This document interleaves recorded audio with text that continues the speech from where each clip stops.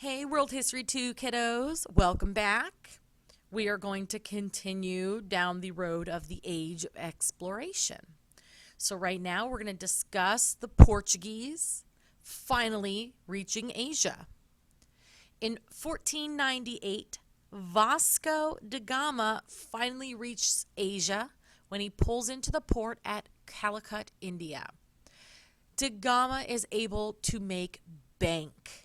He gets to India, he fills his ship with spices, and when he sells those spices, it's going to be a profit which is about 60 times of how much the entire voyage cost. Amazing. If the voyage cost $1, he made $60. Awesome. Well, Spain, they're getting a little edgy. They want their claim to fame. So Spain is going to send out Christopher Columbus in 1492. He's going to cross the ocean blue. And that ocean he's going to cross is the Atlantic. And Christopher Columbus is going to land in what we now know today as the Caribbean. The Portuguese kind of get a little upset.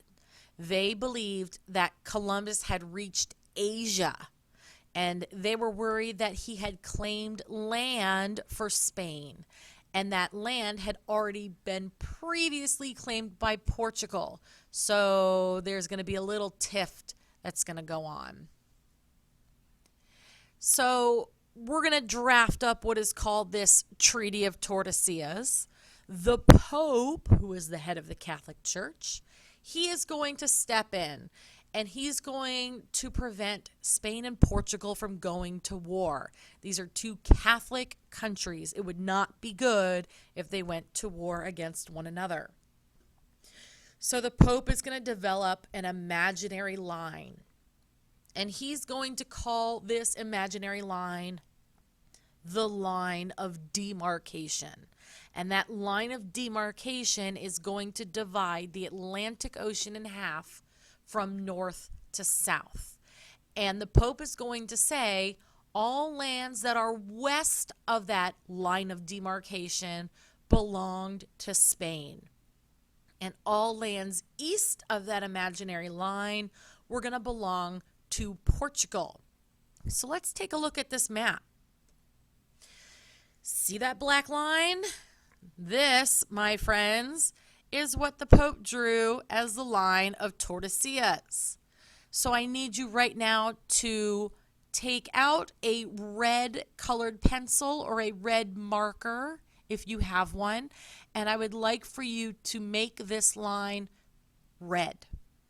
And remember what the Pope said, all land that is to the west of this line belongs to Spain, and all lands east of the line belong to Portugal.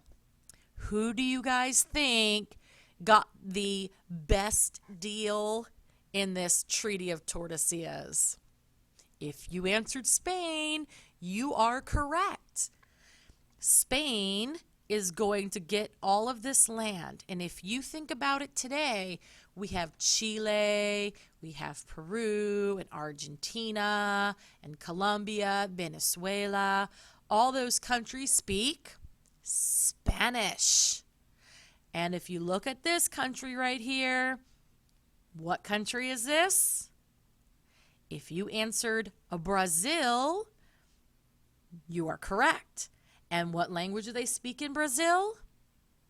Portuguese. And that is because this little bit of land is what Portugal got to claim as a result of this Treaty of Tordesillas. So other nations are going to challenge Portugal. Beginning around 1600, the English and the Dutch, who are people from the country of the Netherlands, they begin to challenge the Portuguese domination of the Indian Ocean. By 1600, the Dutch had the largest fleet of ships in the world. They had over 20,000 ships. That made them the most powerful country in the world. And if you look at a map, the Netherlands, which are where the Dutch are located, it is a very small country in Europe. So for them to have 20,000 ships is pretty impressive. The Dutch and the British are going to be able to push Portugal out, and they're going to fight each other for control of trade throughout Asia. So we're going to have what is called the Dutch East India Company. And this is a company established by the Netherlands to help direct trade throughout Asia. The Dutch company was richer than England's, and because of this, they were able to drive England out, and the Dutch are going to control Southeast Asia. The Dutch are going to have trading posts on the island of Java, in Malacca, the Spice Islands, and Indonesia. So now we're going to talk about the British East India Company. So after being ousted from Southeast Asia by the Dutch, the British decided to focus on establishing trading posts in India. The English developed a successful business trading Indian textiles. Remember, textiles is that fancy schmancy word for fabric and cloth, what your clothing is made out of, your bed linens, your couch cushions, your drapes. All of those are textiles. The Europeans were able to set up a successful trading posts on the coasts of India and throughout Southeast Asia, but they had little effect on areas further inland, so those areas that are away from the coast. And most of Asia remained unaffected by European contact. So Spain is going to build an American empire. Competition for wealth in Asia was fierce, and that's going to lead the Spanish to look for their own route to Asia. So this is what's going to prompt a Genoese sea captain by the name of Christopher Columbus to sail west across the Atlantic. So Columbus is going to be commissioned or sponsored by Spain, and Spain is going to have Columbus go on this voyage to try to reach Asia, their own direct route to Asia. And Christopher Columbus, as we all know, decides to sail west across the Atlantic Ocean, thinking that would bring him directly to the other side of Asia, because they had no idea the Americas existed at this time. So everybody thought Columbus was going to sail off the edge of the earth, because remember, at this time, they all thought the earth was flat.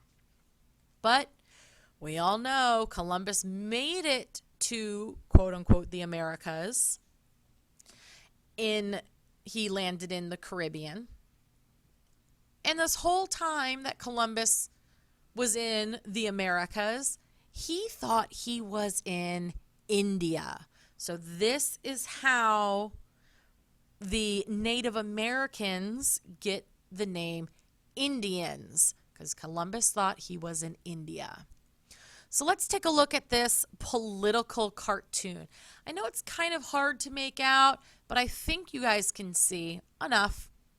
So we have here Christopher Columbus, and he is searching for a new route to India. All right, so he's got his telescope out. He's looking for land. He's on his awesome boat. He's sailing across the Atlantic Ocean, and he spots India. But what is India?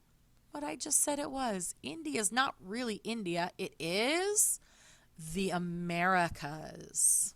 So you need to write that down in the blank. You need to explain that political cartoon.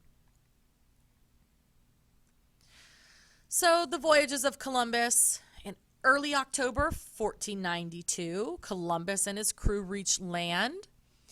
Thinking that he had reached the East Indies, Columbus had named the inhabitants Los Indios, which means the Indians. Columbus had really reached an island in the Bahamas, which he is going to name San Salvador. And upon his return to Spain, Columbus was greeted with great excitement by the Spanish monarchs. So the Spanish kings and queens are thrilled. They all thought Columbus made it to India. Columbus thought he was in India. Incorrect. Columbus had discovered this new world, the Americas. And so the king, thinking that Columbus had made it to India, is going to fund 3 more voyages for Columbus. So that's going to make 4 voyages in total. But the last 3 voyages Columbus will make, he was going to travel as an empire builder to expand the Spanish Empire. He was not an explorer. He was not going to do anything else except for to claim land for Spain. So, colony. We all should know what a colony is. We live in Virginia, where the first English colony was established. But Spain had intended to transform those Caribbean islands into colonies. And colonies are lands that are controlled by a foreign nation. Colonies imitate the culture and social patterns of their parent countries, of their mother countries.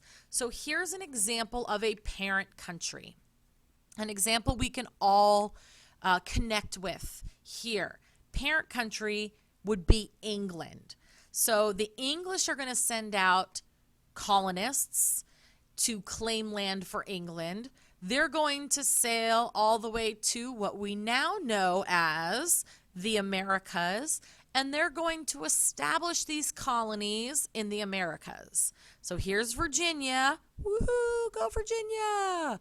All right, which again they name after Queen Elizabeth I, the quote-unquote Virgin Queen. And these colonies are going to be ruled exactly how they would be if they were landed in England. So they're going to have to follow the king and queen's orders. They're going to have to pay taxes to the British monarchy, and they're going to have to do everything that the mother country tells them to do. They're going to be ruled by the mother country. So, ladies and gentlemen, that is it for this segment.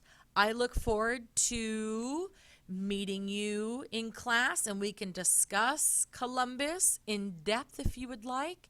And don't forget, in 1492, Columbus sailed the ocean blue. Bye-bye.